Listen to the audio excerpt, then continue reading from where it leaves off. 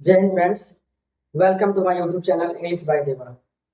आज के इस क्लास में आप सीखेंगे class 10th English poetry section में poem first dust of snow. तो आइए शुरू करते हैं आज का क्लास। जैसा कि आप जानते हैं class 10th English literature 3 section में डिवाइड है, प्रोज, पोएट्री एंड सप्लीमेंट्री। तो आज का आपका क्लास है इंग्लिश सब्जेक्ट के पोयम सेक्शन में, पोएट्री सेक्शन में पोयम फर्स्ट हम पढ़ने वाले हैं आज। पोयम और कौन सा है आपका? ये dust of snow. Dust of snow means क्या होता है? डस्ट ऑफ स्नो मीन्स होता है बर्फ के कण। बर्फ के कण। इसके जो पोएट है वो कौन है? Robert Frost. ये अमेरिकन पोएट है रॉबर्ट फ्रॉस्ट। आइए शुरू करते हैं मेन टेक्स्ट को और वर्ड बाय वर्ड समझते हैं क्या है और इसके मैसेज क्या है इस पोएम के और इसका आइडिया क्या है। तो लाइन बाय लाइन इसको समझते हैं क्या मेन टेक्स्ट कहता है। Clear? The way A crow. The way means होता है जिस तरह से। ए क्रो मीन्स एक कौवा। सूक मीन्स हिलाया। डाउन माने नीचे, ऑन भी माने मेरे ऊपर।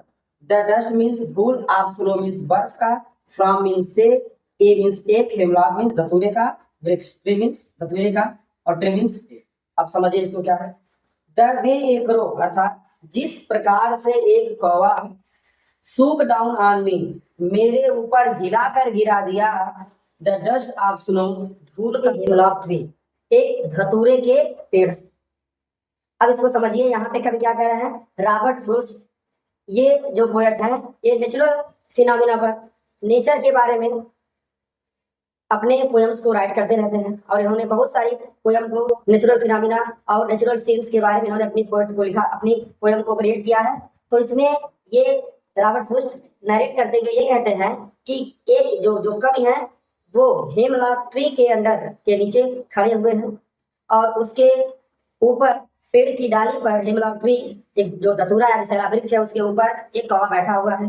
कौवे ने वृक्ष की डाली को हिलाया और वहां पर जो जमी हुई बर्फ की, जो बर्फ का कण था वो पोएट के ऊपर आके गिर जाता है। तो इसी लाइन में वो पोएम में कहते हैं, ये राइमिंग वर्ड में कहते हैं द वे ए क्रो जिस प्रकार से एक कौवा सूक डाउन ऑन मी मेरे ऊपर हिलाकर गिरा दिया। The dust of snow means बर्फ का कण। फ्रॉम ए हिमलॉक ट्री माने धतूरे के वृक्ष से। तो जिस प्रकार एक कौवा धतूरे के वृक्ष से मेरे ऊपर हिला करके बर्फ का एक कण गिरा दिया, तो इस कण ने क्या किया? हैज गिवन माई हार्ट मेरे हृदय को बदल दिया। ये चेंज ऑफ मूड अर्थात मेरे मन स्थिति को, मेरे मन स्थिति को वो उसने क्या किया? बदल दिया। एंड सेव्ड सम पार्ट और कुछ हिस्सा बच गया। ऑफ ए डे माने एक दिन का।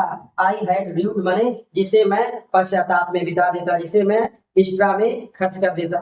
अर्थात उस बर्फ के कण ने, जिसको कौवे ने गिराया था वृक्ष से, उस बर्फ के कण ने पोएट के मन स्थिति को, पोएट के हृदय में जो विचार चल रहे थे उसको क्या किया? जो माइंड में, जो हृदय में उसकी बात थी या माइंड में उसकी बात थी, उस बात को, उस थिंकिंग को उसने चेंज कर दिया और जिसे वो पेड़ के नीचे खड़े होकर या बैठ करके पश्चाताप करता, अपने दिन को बेकार गवाता, उस चीजों को ऐसा करने से धूल के, जो धूल था बर्फ का या कण था बर्फ का, उसने उसको, उसके शेष भाव को, दिन के भाव को क्या किया? बचा लिया।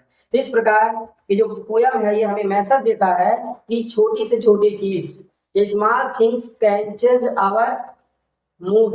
एक छोटी चीज हमारी मन स्थिति को बदल सकती है। छोटे छोटे परिवर्तन से बड़े बड़े काम हुए हैं। तो इस प्रकार ये पोयम हमें सीख देता है कि किस प्रकार छोटे छोटे काम से, एक छोटी चीज से किस प्रकार बड़े परिवर्तन होते हैं। यहाँ पर जो आपका हेमलॉक ट्री है या जो आपका कौवा है ये निगेटिविटी का, नकारात्मकता का सिंबल है, लेकिन जो बर्फ का कण है, जो बर्फ की जो धूल है या पार्टिकल है, कण है, ये पॉजिटिविटी, सकारात्मकता का सिंबल है एक प्रकार से। और ये राइटर के, पोएट के ऊपर जब ये फॉल करता है, गिरता है, तो जो पोएट है उसका मूड चेंज हो जाता है और उस प्रकार जो अपने दिन का हिस्सा वहां पर वो पश्चाताप करने में या कुछ और सोचने विचारने में व्यक्त करता, वहां गिरने से बर्फ के कण उसकी मूड जो है चेंज हो गई और इस प्रकार उसका शेष जो दिन का समय था वो इस प्रकार सेव हो जाता है। तो इस पोयम में ये बात की गई है। क्लियर? तो आइए बात करते हैं इसके सेंट्रल आइडिया क्या है। जैसा कि आप जानते हैं सेंट्रल आइडिया मीन्स क्या होता है, केंद्रीय विचार या मूल भाव। सेंट्रल आइडिया मीन्स क्या होता है, केंद्रीय विचार या मूल भाव। अर्थात ये पोयम है जिसका मूल बात क्या है, इस कविता का मूल भाव या मूल विचार क्या है। तो आइए समझते हैं। The central idea of dust of snow, अर्थात डस्ट ऑफ स्नो की जो मूल बात है वो इज दैट, वह यह है कि even a small incident in nature, प्रकृति में एक छोटी सी घटना, इवन ए स्मॉल इंसिडेंट, प्रकृति में एक छोटी सी घटना can have a powerful impact, एक शक्तिशाली प्रभाव डाल सकती है। कहाँ? ऑन आवर मूड, हमारी मन स्थिति पर, एंड आउटलुक, दृष्टिकोण पर। अर्थात पोएट ये कहते हैं कि इस प्रकृति में छोटी सी एक घटना, इस प्रकृति में छोटी सी एक घटना हमारे मूड और हमारे दृष्टिकोण पर एक बहुत ही शक्तिशाली प्रभाव डाल सकती है। अर्थात अगर प्रकृति में कोई एक छोटी घटना होती है तो हमारी मूड को और हमारा जो दृष्टिकोण है, जो सोचने का नजरिया है, ये क्या कर सकती है, उसको वो बदल सकती है, उस पर पावरफुल इम्पैक्ट डाल सकती है, शक्तिशाली प्रभावशाली उस पर प्रभाव डाल सकती है। Clear? The fall of snow dust, the fall of snow dust, बर्फ के धूल का गिरना, from A crow sitting on a hemlock tree, अर्थात धतूरे के पेड़ पर बैठकर कौवे द्वारा धूल, किसकी धूल? बर्फ की धूल को गिराया जाना। Change the poets gloomy mood, अर्थात धतूरे के पेड़ पर बैठकर कौवे द्वारा बर्फ के पार्टिकल को गिराया जाना पोएट के अंधकारमय मन स्थिति को वो क्या करती है, वो चेंज करती है। And save the day he might have otherwise considered wasted, अर्थात वह उसके शेष दिन को जिसे वो बर्बाद करने में खर्च कर देता, सोचता वो, उसको वो बचाती है।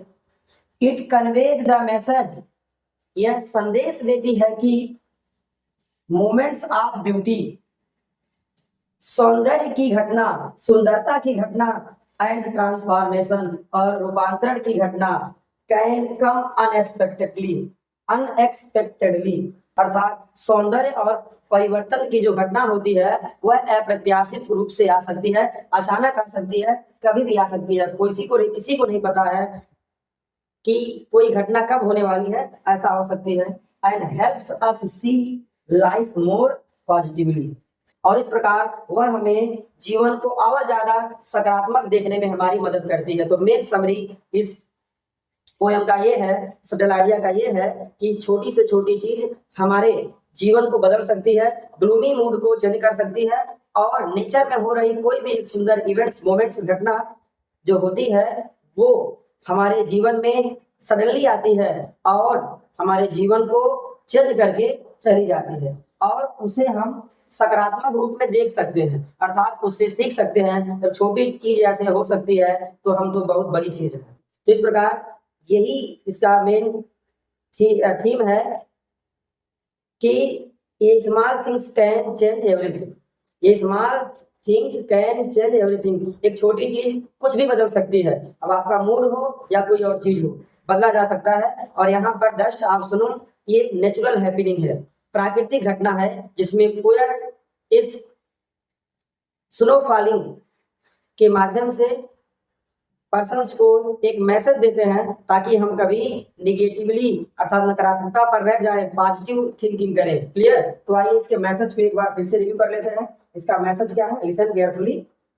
Message of the poem dust of snow, the poem gives the message that, कविता संदेश देता है कि even small and unexpected moments, अर्थात छोटी और अप्रत्याशित, अनुमानित घटना भी इन लाइफ जीवन में, like a fall of snow, बर्फ के गिरने के जैसे, फ्रॉम ए ट्री माने पेड़ से, can bring about a positive change in our mood और पर्सपेक्टिव।